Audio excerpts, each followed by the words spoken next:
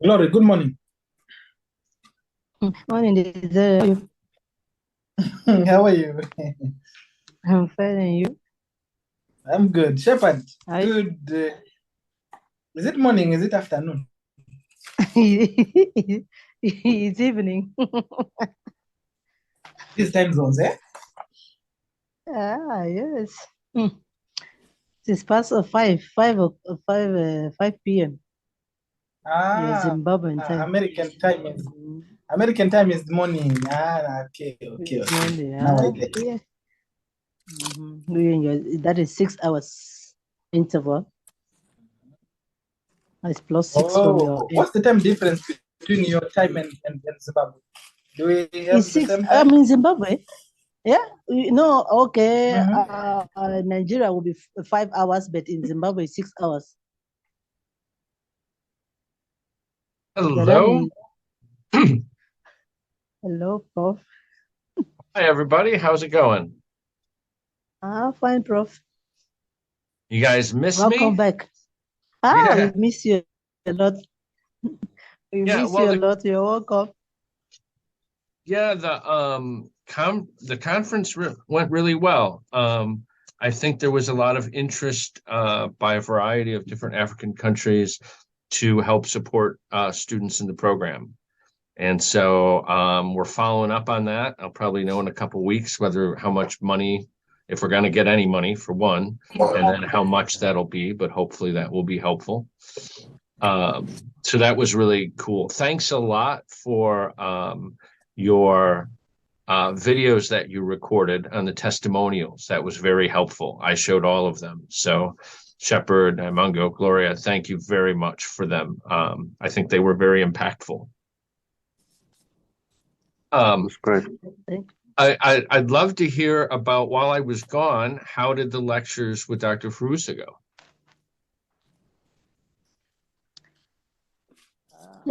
It was fine, Prof. I think the last class we talked about the mitigation and adaptations and how humans and the ecosystem, how we can equally adapt to the environment, to the crisis, to the global way, and you need to have some resistance. You also need to have the resilience on adapting to all the issues. It was quite interesting. So tell me about some of the things that you learned. Like, I'd like to hear from each one of you. Tell me some things you learned over the last two lectures with Dr. Furusa. Desire, we'll start with you. Okay. Coming from. So I recall we looked at a lot of like case studies where we like specifically looked at mitigation measures as well as adaptation measures to climate change. So Dr. Furusa did tell us her experience on this project that they were doing in Zimbabwe, where this cyclone did a lot of damage, and she did mention that there was a lot of women who were actually affected more than men. So it was kind of, yes, climate change does affect both genders, but women were more affected severely as compared to men. And we did point out some factors such as women like adhering to more roles in a household more than men, and they had the initiative to show up and were more cooperative than men when it came to projects and things that helped cope with the aftermath of the flooding that happened. I will end here. I don't want to say everything because my message have to continue. Okay, great. Let me ask you that. Did the gender differences surprise you at all? The degree of the gender differences? It didn't really surprise me. I would expect that because in a society, women tend to have a lot more responsibility when it comes to any household, and the community or a society is made of like households. So a house it becomes a home by the works of a woman. So these women, they have a lot to take in terms of responsibility, as well as biologically they are made different to us.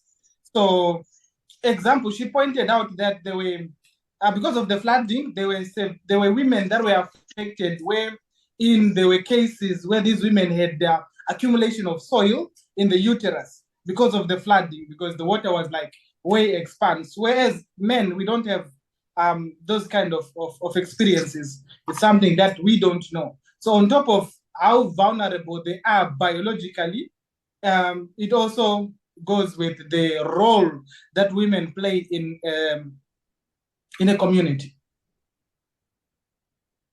Makes sense. Makes sense. Shepard, you want to tell me a little bit about what you learned over the last 2 lectures? Hello, Prof. Yeah, we really enjoyed the lectures for Dr. Furusa. She emphasized more on adaptation and ways of mitigating to climate change. For me, I didn't know how to differentiate between adaptation and mitigation, but I learned that on mitigation, you will be correcting the climate condition. And then on adaptation, you'll be dealing with what you have on the ground and finding solution. How can you work on that? And also, she went on to give more examples. Mostly, she was focusing in areas to do with the agriculture, most of the examples. And also, she gave an example of where she worked. Actually, that's the area where I also worked, where cyclone affected in 2019 in Timaniman district. And also, she went on to highlight that different mitigation strategies. Some, like for example, in urban areas and also in rural areas. And also, like in agriculture, we also found that most of the participants are women who are taking most of the climate adaptation strategies. The women performing those activities. Excellent. Thank you, Prof. Excellent. Abu, do you want to go ahead? Same question. Then we'll go. Hello, can you hear me? Yeah. Yes, let me first say that the lecture of Dr. Furusa was extremely exciting. Indeed, we did learn a lot, and among so many other things, I came to realize that the climate change is indeed a great contributor to so many other things other than agriculture. There is also what we call the socio-political impacts of climate change. And it has also brought about increased rates of crimes and violence. We also talked about the impacts of climate change on health.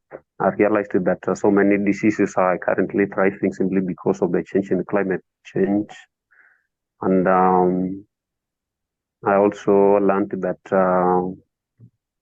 it's indeed through the responses that we can give to mitigate climate change, which would be able to solve these problems that many times we think they are only political.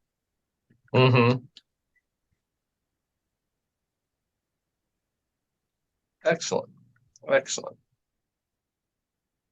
Anybody else have any comments about the last lecture? Glory, do you want to add anything into what you learned that you didn't know before?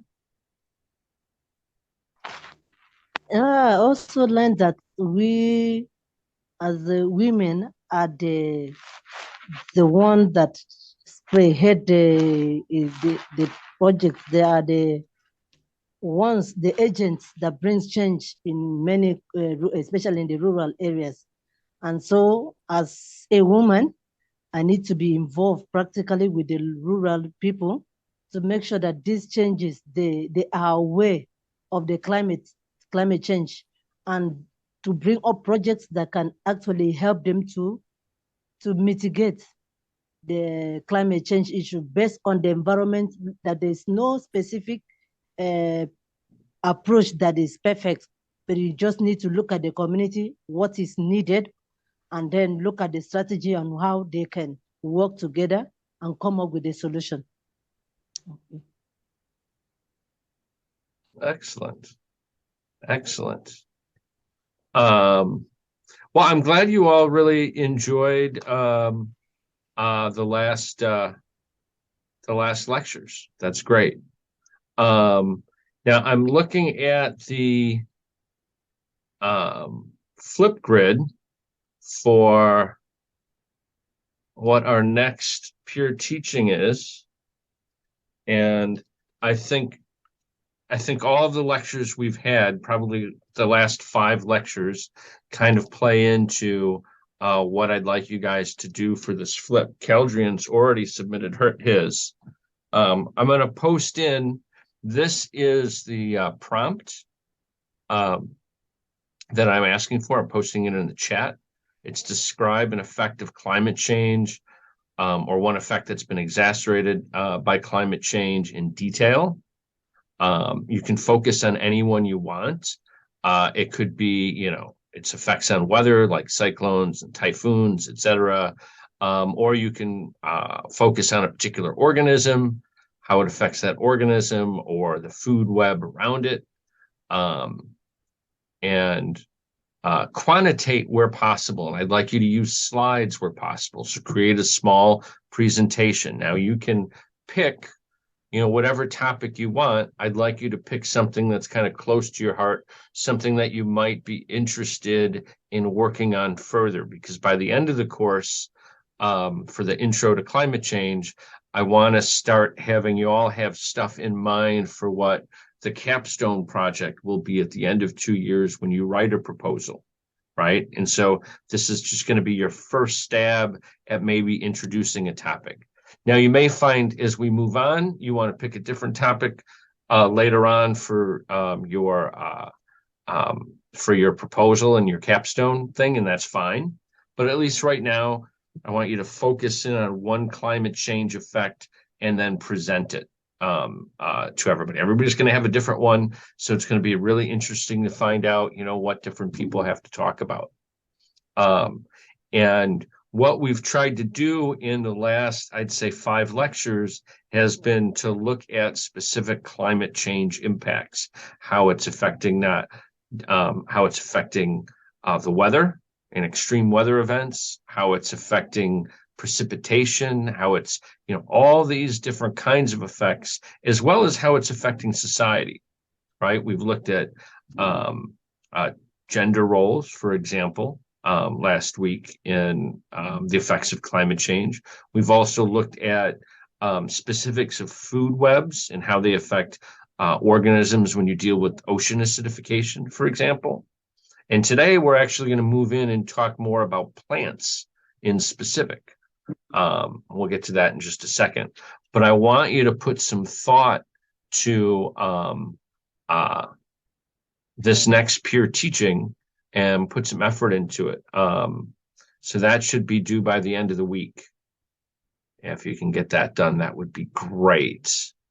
Because now it's trying to set you up to use, and if you can use any knowledge you've gained in the course in terms of the specifics of what we know about climate change, that's great too. Makes you sound more professional.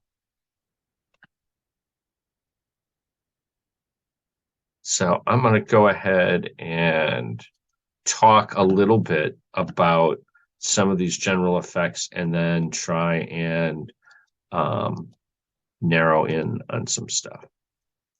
So, there we go. So now I want to talk about plants and climate change. But first, just in general, if we think about what are the impacts of climate change, what's the most solid number one impact of climate change?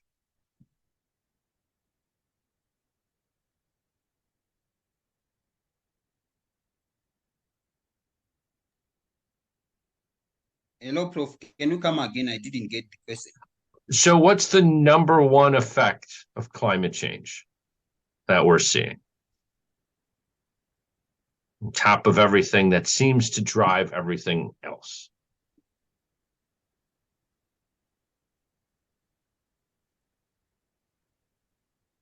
emission of carbon dioxide.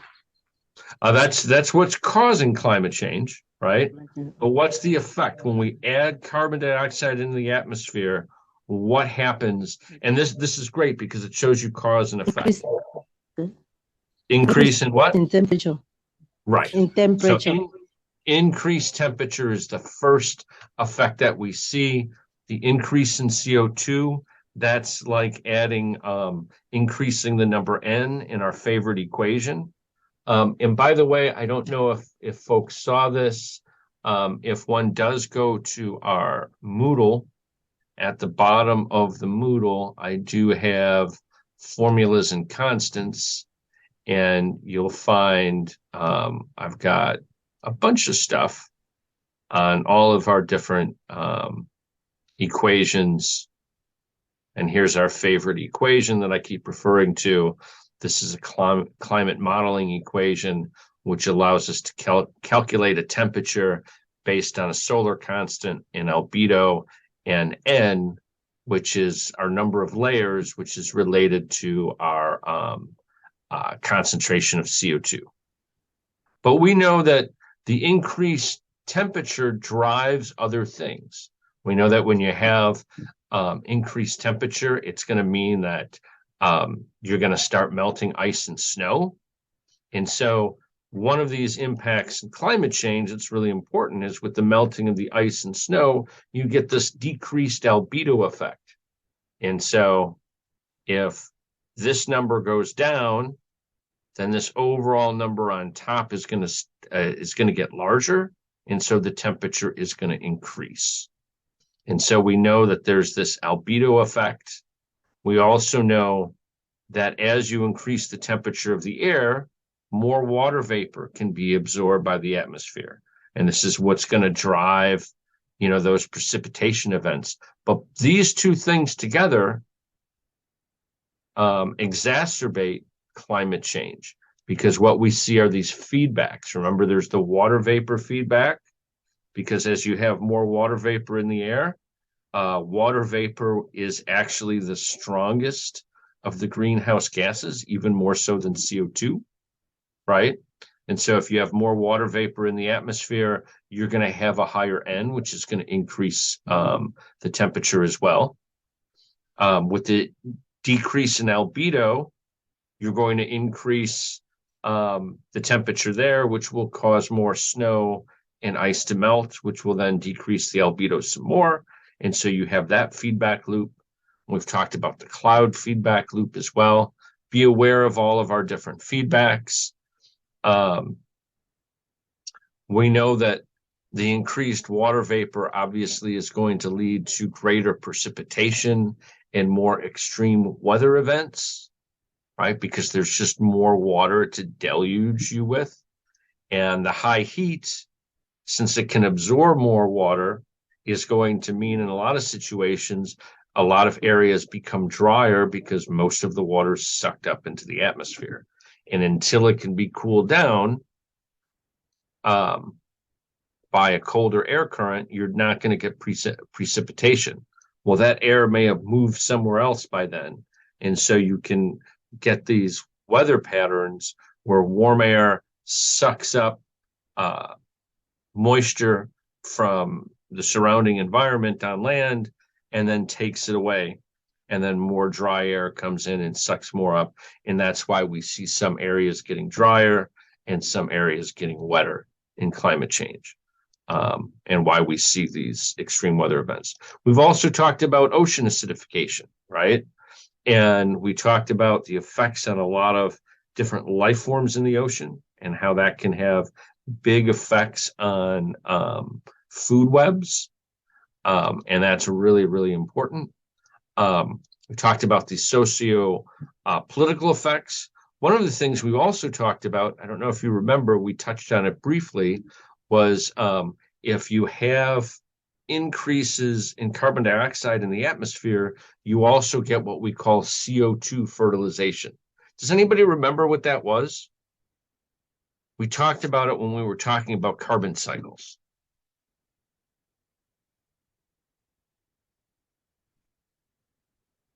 CO2 fertilization. Anybody remember that one?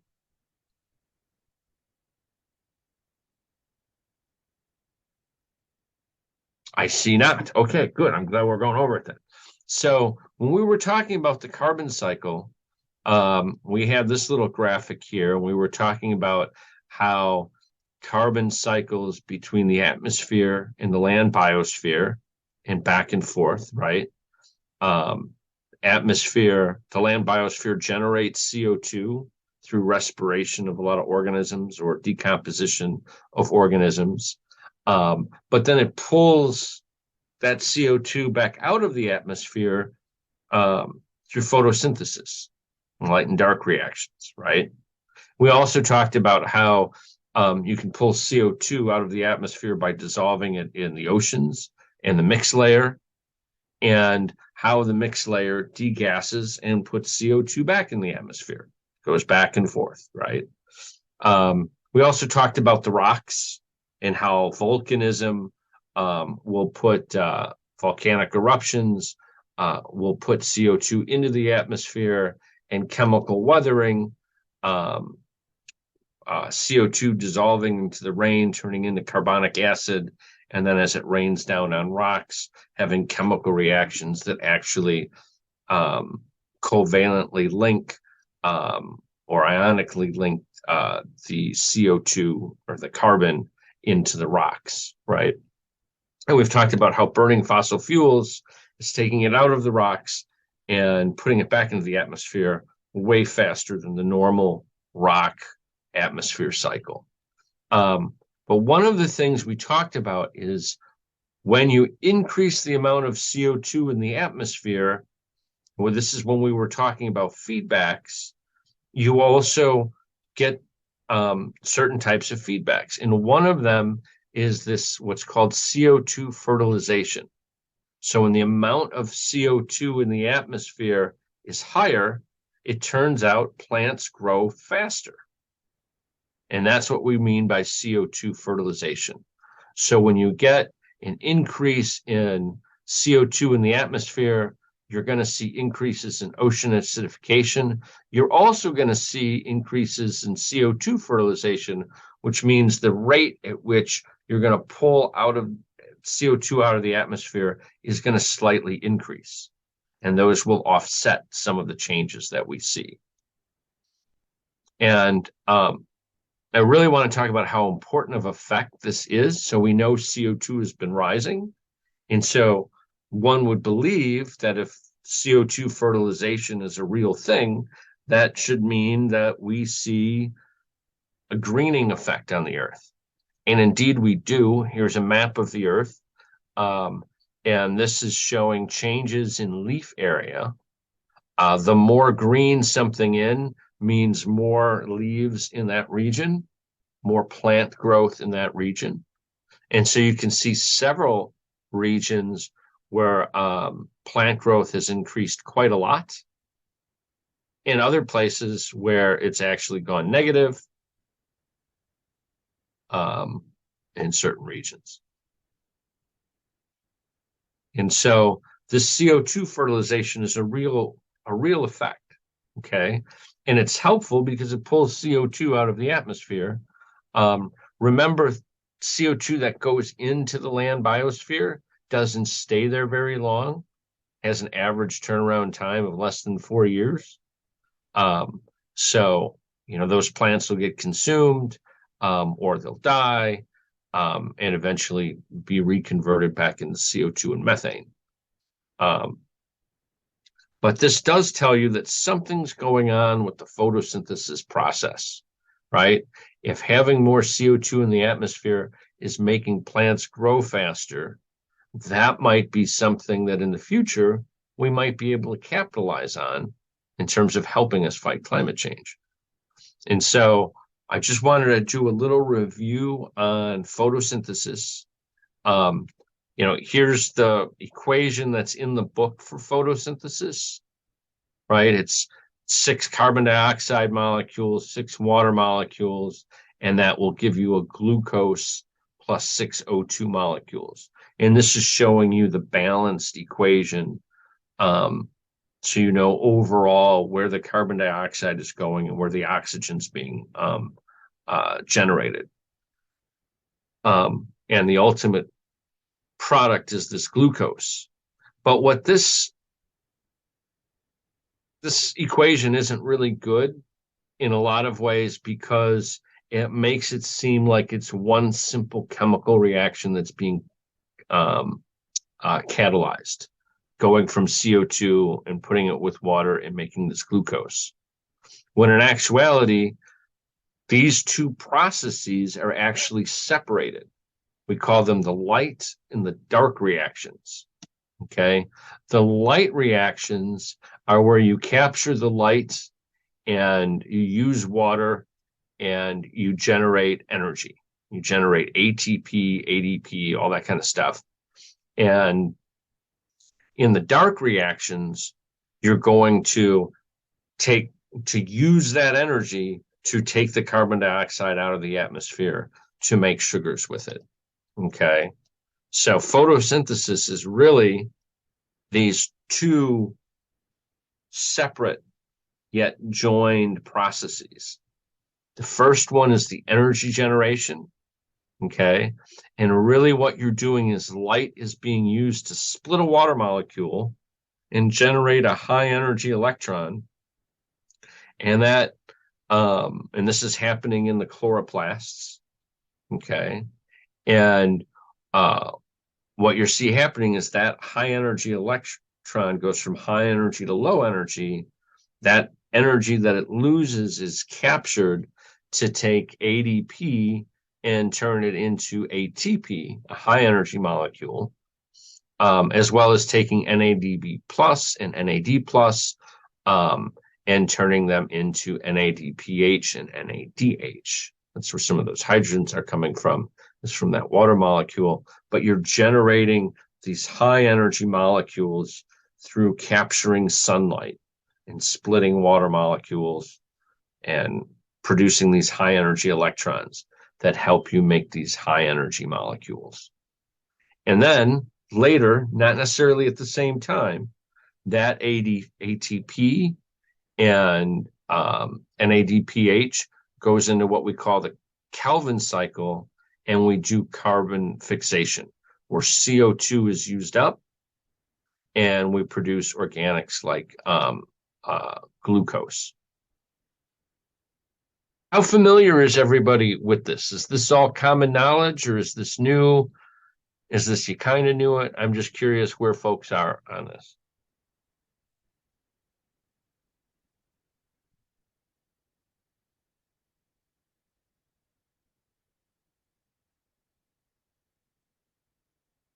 Taking from your silence, you all kind of knew something about this? Yes, we actually know something about this. We had learned it on our biology class when we were still at high school. So it's something we know. Yeah, that's why I figured, since you're all graduate students, you probably all covered this in general bio, cell bio, and probably some of biochemistry. Something that way I remember doing this. Okay, good. So just keep in mind, what I'm trying to drive home here is the difference between the light reactions and the dark reactions. In the dark reactions, that's where the CO2 carbon fixation happens, and that's chiefly done by one enzyme. It's called rubisco. It's a huge enzyme, and it's the enzyme that's going to take the carbon dioxide out of the atmosphere and join it to a biomolecule, a precursor, and generate a larger sugar. And then this is the Calvin cycle showing you here how you're generating more and more of these molecules that then are taken into sugars. Okay. And it's this rubisco that adds on that CO2, which is going to add on one additional carbon, actually a carboxylate, that is then going to be shunted off into your anabolic pathways, and you can make more sugars with it. But this helps, it consumes ATP to create this stuff. But that's where we get our sugars from. And so it's this enzyme called Rubisco that does it. Here's a ribbon diagram of the enzyme. It's one of the largest enzymes in nature. It's really, really big. It's got a lot of different subunits as well. And they have an active site, actually 4 different active sites, which occur in the regions between the monomers. Okay. And so this is the enzyme that when we talk about this effect, this effect by increased levels of CO2 fertilization, this is the enzyme that's actually functioning on. And so if you look at the amount of CO2 and the rate at CO2 assimilation, this is the rate of carbon fixation, you can see that as you increase the concentration of CO2 up to a certain point, you actually increase the rate of CO2 incorporation of carbon fixation. And so this Rubisco becomes a great target for biotechnology to try and understand, well, are there ways that we can take into account? And so this is just a quick graphic that kind of shows the effects of having increased CO2. I think I had a better one here. Here we go. Now, one of the things that research has shown on this CO2 fertilization effect is, yes, it's true that when you increase CO2 in the atmosphere, you increase one of the substrates for Rubisco, which allows Rubisco to do its job faster and fix carbon faster. But the plant can't take advantage of that unless there are other conditions as well. It still needs an ample supply of water and nutrients to kind of stimulate this. And what we found is that if it's hotter and drier, this effect is lessened, it's reduced, okay? So CO2 fertilization is modulated by drought. If it's cool and wet and you increase CO2, you can increase assimilation or carbon fixation by about 22%, up to 22%. If it's very hot and dry, you're not going to see any increase at all. Okay. And a lot of times that has a lot to do with the amount of nitrogen fixing nodules that are at the plant's roots. Okay. Because remember that if you go back to this, how you're increasing, what you're trying to do is increase the dark reactions, right? The shuttle, the carrier for this energy is NADP and NAD and ADP, right? Or ATP. All of these are nitrogen containing compounds. Okay. And the plant will have a certain homeostasis, a certain basal level, equilibrium level, if you will, of the amount of ADP and ADP and ADPH, et cetera, in the cell of these nitrogen containing compounds. And if you increase the CO2, right, you're going to need carriers for the new energy. But if you can't generate these carriers that involve nitrogen, then you're not going to be able to take advantage of the increased CO2, because you're always going to be waiting for more carriers. There's just not enough to bring all this energy over to Rubisco to drive its CO2 incorporation increase. Does that make sense? So Yes, it does. Looking, It does make okay, sense. It's thinking. okay. So obviously, when we think about applying biotechnology to mitigating climate change, one of the primary focuses is going to be looking at plants, right? And how you can make plants work better, how you can make them more drought tolerant, etc. And so it's helpful to know some of the basic, kind of biochemistry behind what drives their processes and what affects them. How increases in CO2 affect them, as well as how you're still nutrient limited by nitrogen in the soil, et cetera, and nitrogen fixation. I bring these up now. We'll cover them later on in various courses. Certainly we'll cover this a lot when you get into your course with Dr. Chowdhury on plant biotechnology, but I'm giving you kind of a primer here. Because as you think about your future projects and you think about, what might make a good capstone project and proposal, these are some of the basics you might be interested in investigating, is, playing around with these kind of plants and seeing what you can do to increase their yields, their carbon fixation, et cetera, growing them faster. Certainly for plants that are used for food, having more abundant growth can be very, very helpful.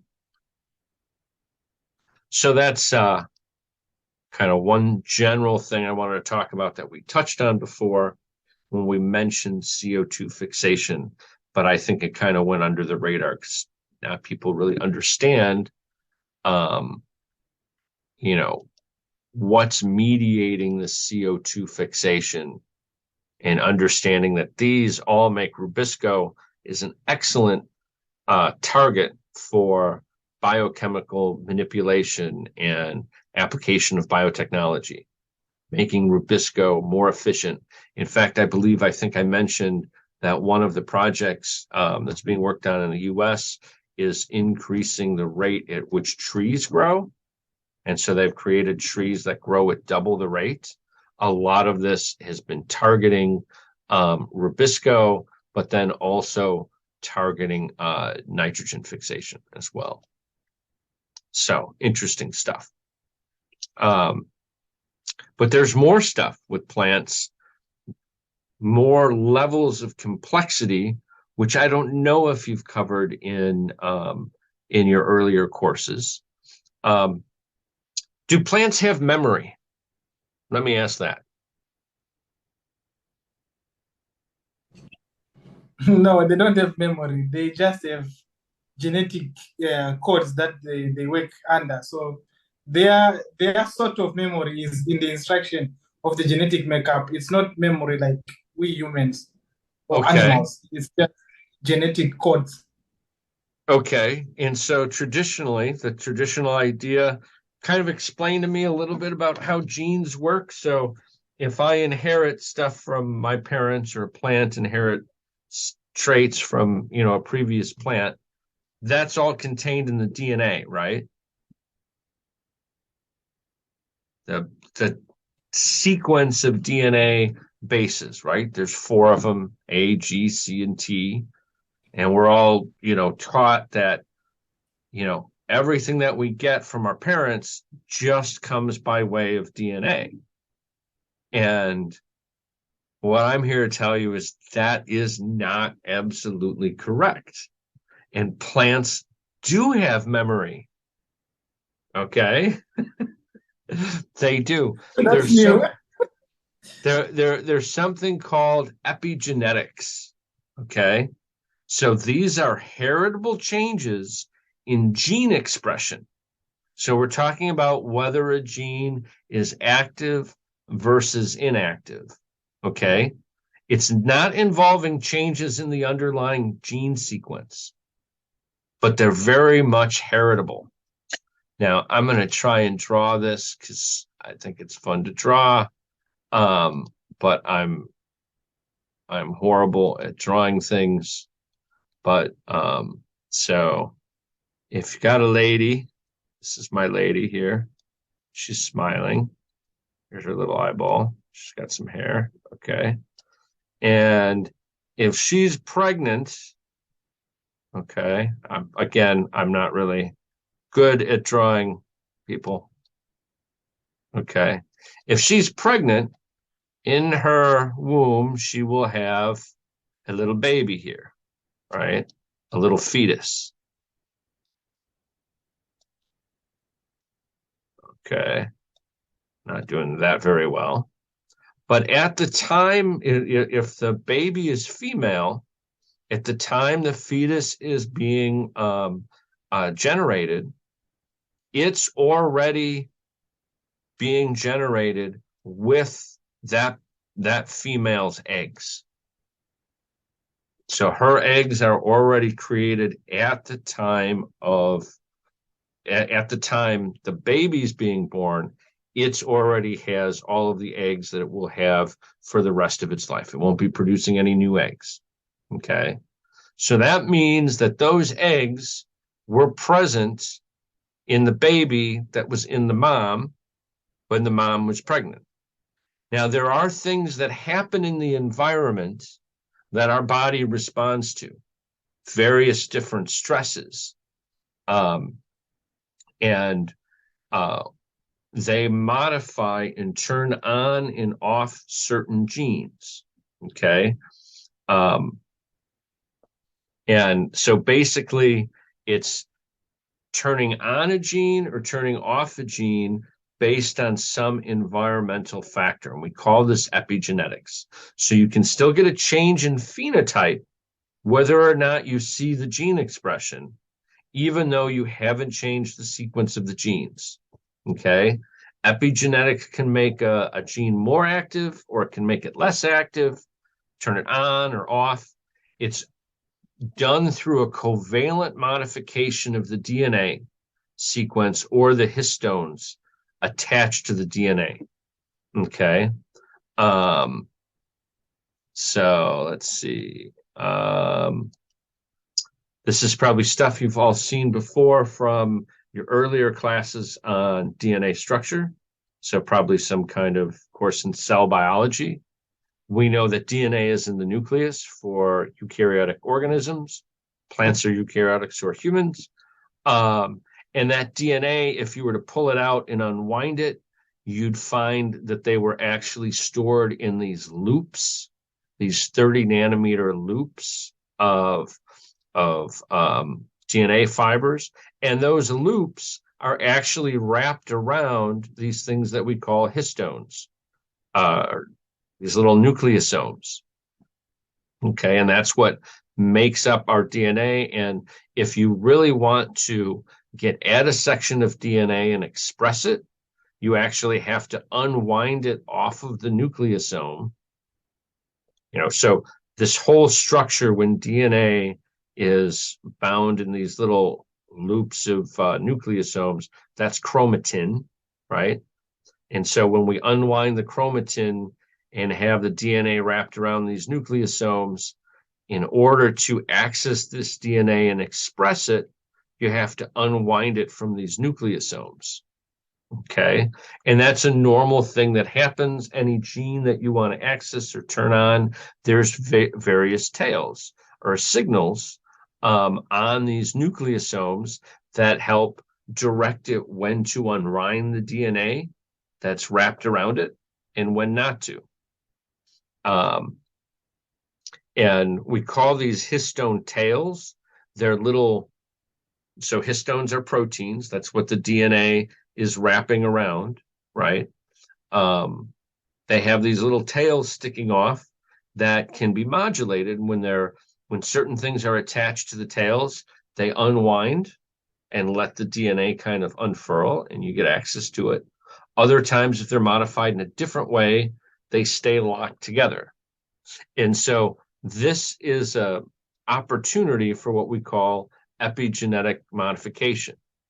You can put a little factor on here that says, oh, given the stresses going on right now or what's going on, we want to keep that gene off, and we're going to do it by just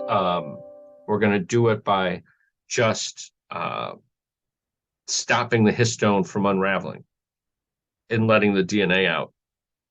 Other ways you can do this is you can actually stick a methyl group on the DNA sequence itself, which will stop or prevent certain methyl groups at certain locations will actually prevent transcription. So it won't turn into messenger RNA. Okay. All of these epigenetic modifications are a response to some kind of stimuli out in the environment. Okay. And it'll always be a specific cell type that's responding to that stimulus, and some stimulus will cause it to put these modifications on the histones. We call those writers. Some stresses or stimuli will cause us to erase or take those things off, and then we call those erasers. And there are readers, which are the ones that actually modulate the effect. Are we going to unravel the histone or re-ravel it up, allowing for changes in protein expression? And there's lots of different factors that affect how these genes are going to be modified. There can be chemicals in the environment. They could be drugs that you take. Aging is believed to play a big role in epigenetic modifications, or I should reverse that and say epigenetic modifications are believed to have a big role in aging. Also, what's in your diet can affect these kinds of epigenetic traits. And so really, the sum total of a person's phenotype is actually a combination of their DNA sequences, which they inherit, and their epigenetic modifications, some of which may be inherited. So if you think back to mama with the baby and the eggs, if she is exposed to certain chemicals which cause epigenetic modifications of her DNA, it will also cause epigenetic modifications of the baby's DNA and even the eggs. So her grandchild can be affected by the same stimuli that the grandmother is being affected by when she was pregnant with the mother. And that can be passed on, because remember, when you have a cell and it's got some DNA in there, right? This DNA is copied, right? You make one copy for one strand, one copy for the other strand, and then the cell divides and you have one new copy and one old copy. Well, if you have an epigenetic modification on one of these things, the daughter cell now has that same epigenetic modification, right, on one of the strands. And so that can be passed on from cell to cell and generation to generation. Usually epigenetic changes last about 3 generations, or can last around 3 generations. So it's not just your genes that affect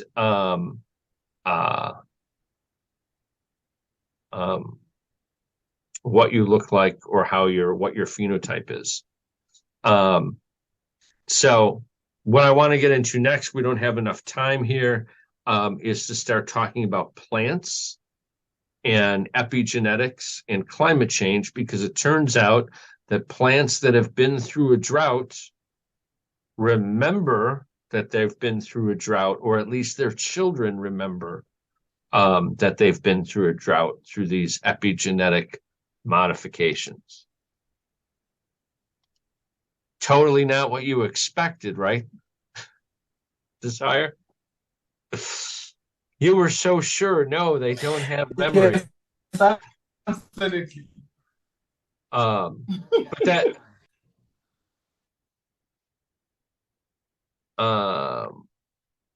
So let me go ahead. I'd like to put in a couple. I'm going to put in a couple articles I'd like you guys to read, one or two of these before next time. Let's see if I can. The second one is the one I really want you to read. And I'll send these out with an email, but I would click them now and then bookmark them. And when you get a chance, read them. The second one is an epigenetic alphabet of crop adaptation to climate change. It's probably the most germane. Okay, here's more on plants and memory.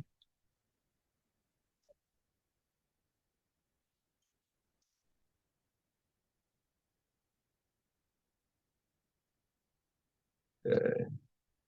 And then here's more on the specific genetics. Shepard, are you happy with this? Is this what you were going for? Yes, Prof. That was what I was asking. Okay, perfect. Well, we'll talk more about it on Wednesday. Have a read of these articles, though, and so you can tell me all what you think. Again, here's a good possible target when we're thinking about, what capstone projects we might have.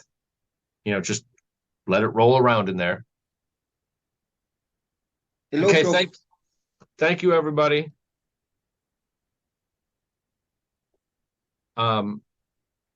And I'll go ahead and send these out a little bit later when I send out the links. Have a great day, everybody. I'll talk to you soon. Thank you, Prof. Okay, true.